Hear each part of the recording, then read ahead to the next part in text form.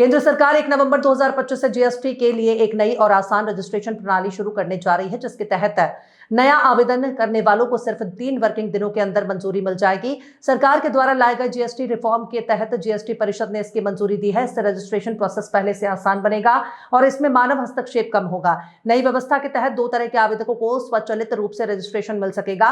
पहले वे लोग जिन्हें सिस्टम ने डेटा और जोखिम विश्लेषण के आधार पर चुना है, और दूसरे वे जिनका टैक्स दे 2.5 लाख रुपए महीने से कम है। बिहार चुनाव के बीच भोजपुरी के 2 अभिनेता आमने सामने आ गए हैं। गोरखपुर से बीजेपी सांसद और अभिनेता रवि किशन ने छपरा से आरजेडी प्रत्याशी और एक्टर खेसारी लाल यादव पर जोरदार हमला किया और उनका नाम लिए बिना निशाना साधते हुए कहा कि इन लोगों ने भोजपुरी को बेच दिया। उनसे पूछना चाहिए कि आज भोजपुरी सिनेमा का यह हाल किसने किया। भारत में अब भी ऐसे कई शहर हैं जहां की एयर क्वालिटी बेहतरीन है। यहां आपको पॉल्यूशन का नामो निशान देखने को नहीं मिलेगा। इसमें ऋषिकेश, तिरुनेलवेली, जोधपुर, काशीपुर, वाराणसी, आइजॉल, देहरादून, कन्नूर, तंजावुर और मदिकेरी शामिल हैं। यहाँ का एयर क्वालिटी इंडेक्स 12 से लेकर 100 की रेंज के बीच में है, जो यहाँ की एयर क्वालिटी को प्योरिटी को दिखाता है। इसमें भी सबसे कम AQI कर्नाटक में मौजूद मदिकेरी का है। आजकल की खराब लाइफस्टाइल, काम का तनाव और सोशल मीडिया और बदलते रूटीन के कारण ज्यादातर लोग नींद की कमी से जूझ रहे हैं। रिसर्च बताती है कि भारत में करीब 60% लोग रोजाना 6 घंटे से भी कम सोते हैं। नींद की कमी सिर्फ थकान या चिड़चिड़ापन नहीं लाती, बल्कि धीरे धीरे दिल की बीमारियां, मोटापा, डायबिटीज और याददाश्त की कमजोरी जैसी गंभीर समस्या पैदा कर सकती है।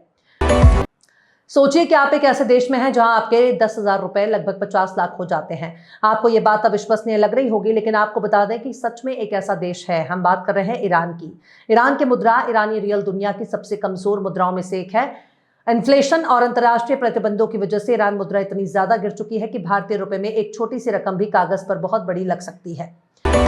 भारत तेजी से आर्थिक रूप से तरक्की की ओर बढ़ रहा है। वहीं भारत के कई राज्य भी आर्थिक रूप से मजबूत होने की अपने स्तर पर कोशिश कर रहे हैं। भारत का कौन सा राज्य है जहां आपको एक भी गरीब नहीं मिलेगा, और यहां सब अमीर कैसे हैं? दरअसल ये सच है कि केरल में आपको एक भी गरीब नहीं मिलेगा, क्योंकि अब केरल देश का पहला ऐसा राज्य बनने जा रहा है जहां कोई भी अत्यंत गरीब परिवार नहीं रहेगा।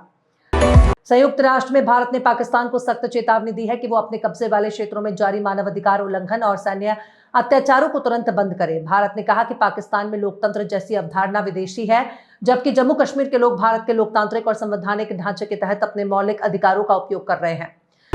बिहार चुनाव प्रचार में पाग में मखाना खाने के बाद विवादों में घिरी मैथिली ठाकुर ने सफाई दी है। उन्होंने कहा कि यह नाकाम कोशिश थी। 2-3 दिन लोगों का PR स्टंट चला, जो कि सफल नहीं हुआ। उन्होंने आगे कहा कि इस बात का सबूत नहीं है कि मैंने मखान खाते हुए पाक को झूठा किया। बॉलीवुड के दिग्गज एक्टर सतीश शाह ने 25 अक्टूबर के दिन दुनिया को अलविदा कह दिया है। एक्टर के निधन से इंडस्ट्री में शोक की लहर दौड़ गई है। फैंस भी उनके निधन पर भावुक हो गए हैं। सतीश शाह ने हिंदी सिनेमा में सालों का लंबा सफर तय किया है। ऐसे में वो करोड़ों की संपत्ति के मालिक बने।